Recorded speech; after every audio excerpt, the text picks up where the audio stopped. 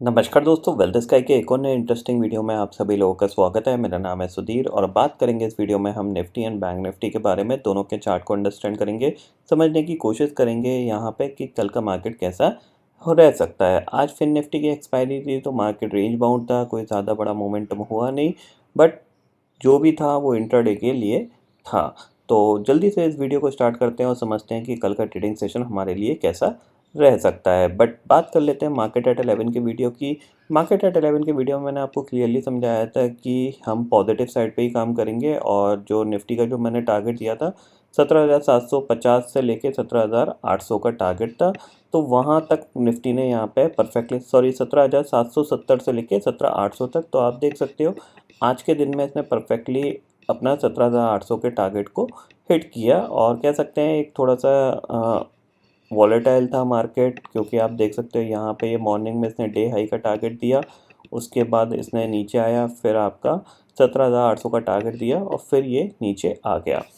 वहीं अगर हम बैंक निफ्टी की बात करें तो बैंक निफ्टी में जो हमारा टारगेट था डेट इज़ द 4 to 800 का हमारा टारगेट था। तो इसने 4 to 800 का टारगेट यहाँ पे हमें दिया। तो उसके बाद यहाँ पे आप देख सकते हो कि थोड़ा सा प्रॉफिट बुकिंग ऊपर के लेवल पे देखने को मिली थी।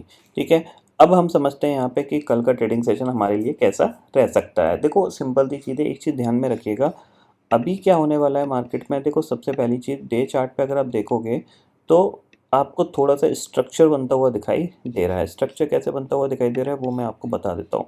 देखो यहाँ से हमने एक मोमेंटम किया है, ठीक है, फिर हमने ये करेक्शन दिखाया और फिर ये हमारा मोमेंटम, ठीक है।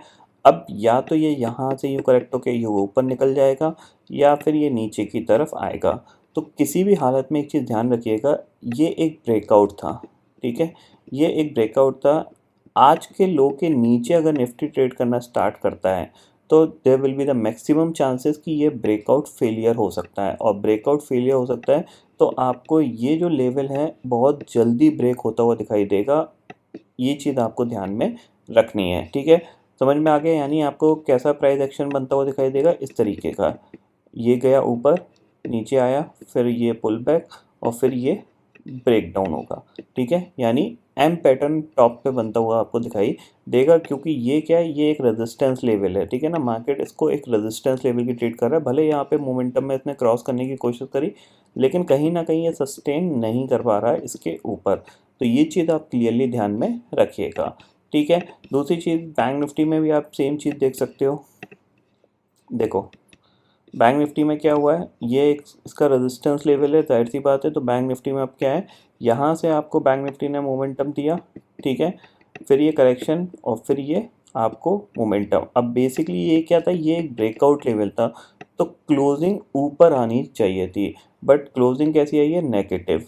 तो अगर ये नीचे की तरफ मूव करना स्टार्ट किया तो चांसेस वेरी हाई कि ये 42,000 को ब्रेक करेगा और फिर आपको 41,000 तक के टारगेट देखने को मिलेंगे। तो एक चीज़ ध्यान रखिएगा, ये जो लेवल है 42,400 का, इसके नीचे अगर बैंक निफ्टी फिसलता है और नीचे कामकाज करना स्टार्ट करता है तो चांसेस बन सकते हैं कि ये तेज़ी से नीचे आ सकता है नेक्स्ट वीक में। यानी आपको जो मई की पहले वीक की जो एक्सपायरी होगी उसमें मैं ये कंडीशन बता रहा हूँ, ठीक है। समझ में आ गया। अब इसको प्रॉपर एनालिसिस में देखें कल क्या हो सकता है। तो कल के लिए देखो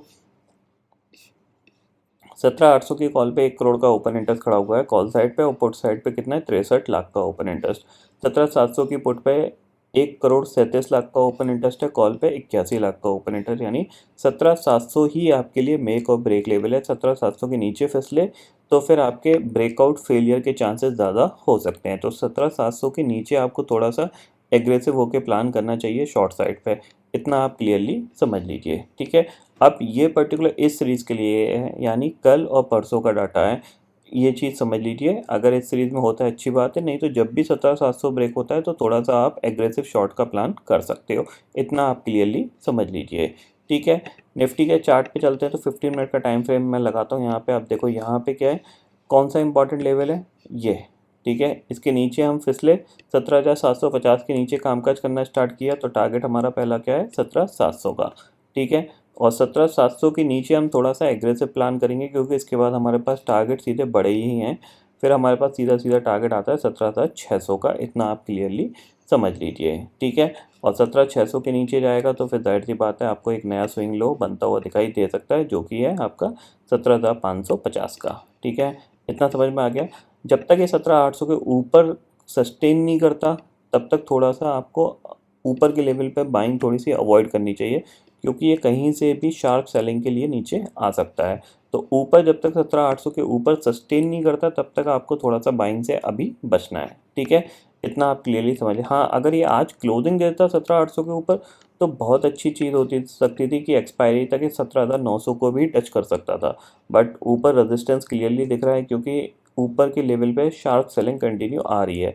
पहला अटैम्प्ट लिया नीचे आया, दूसरा अटैम्प्ट लिया नीचे आया, तीसरा अटैम्प्ट लिया नीचे आया। आप देख सकते हो यहाँ पे ये गया था पहला, शार्प सेलिंग आई, फिर गया दोबारा से, फिर आपको शार्प सेलिंग देखने को मिली, फिर तीसरे अटैम्प्ट में गया, फिर शार्प सेलिंग देखने को मिली। तो ये चीज़ ध्यान रखिए, ऊपर के लेवल पे थोड़ा सा सेलिंग प्रेशर बना हुआ है, 17,800 इंपॉर्टेंट रेजिस्टेंस का काम कर रहा है, इतना आप क्लियरली समझ लीजिए, ठीक है। इतना बैंक निफ्टी की बात कर लेते हैं। तो देखो बैंक निफ्टी का 15 मिनट टाइम फ्रेम में अब देखो यहाँ पे हायर साइड पे बैंक निफ्टी का क्या है, यहाँ से ये मूवमेंट हुआ, ठीक है। तो आपको ये एम पैटर्न टॉप पे बनता हुआ दिखाई दे रहा है शॉर्टर टाइम फ्रेम में। तो एक चीज़ ध्यान रखिए, इस लेवल के नीचे आपको थोड़ा सा एग्रेसिव सेलिंग आती हुई दिखाई दे सकती है, ये गैप फिल हो सकता है, इतना आप ध्यान में ज़रूर रखिएगा। तो एक चीज़ ध्यान में रखिएगा, 42,600 के नीचे हम शॉर्ट करेंगे, 42,600 के नीचे शॉर्ट करेंगे। टारगेट हमारा थोड़ा बड़ा होगा, 42,250 से लेके 42,200 का, इतना आप क्लियरली समझ लीजिए। हो सकता है ये कल हो जाए, हो सकता है आपको परसों भी हो सकता है, क्योंकि एक्सपायरी से पहले आपको थोड़ी बहुत प्रॉफिट बुकिंग देखने को मिल सकती है, ठीक है। तो क्या करना है आपको यहाँ पे,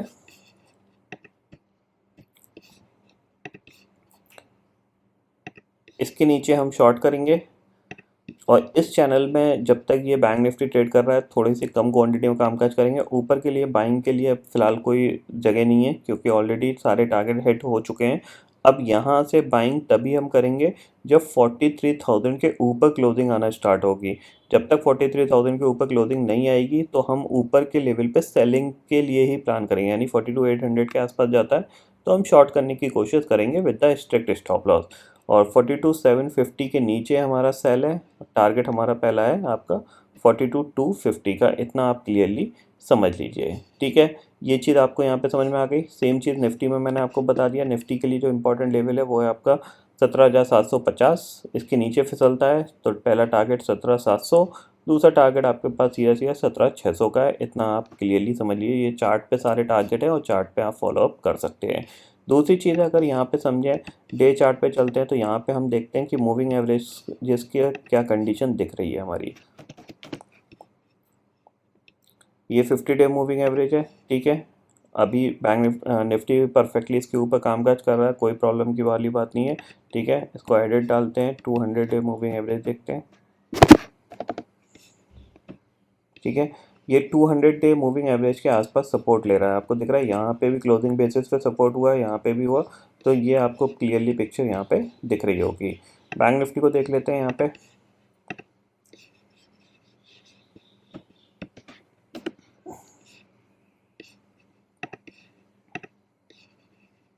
studies moving average, 50 day moving average आपको दिख रहा है नीचे है काफ़ी, कोई प्रॉब्लम वाली बात नहीं है। 200 देखते हैं, ठीक है। 200 भी काफ़ी नहीं, यानी निफ्टी के लिए 200 डे मूविंग एवरेज सबसे ज़्यादा इंपॉर्टेंट रहेगा। अगर ये इसके नीचे क्लोज दिया तो फिर ये काफ़ी तेज़ी से नीचे आ सकता है 17,250 तक, ठीक है।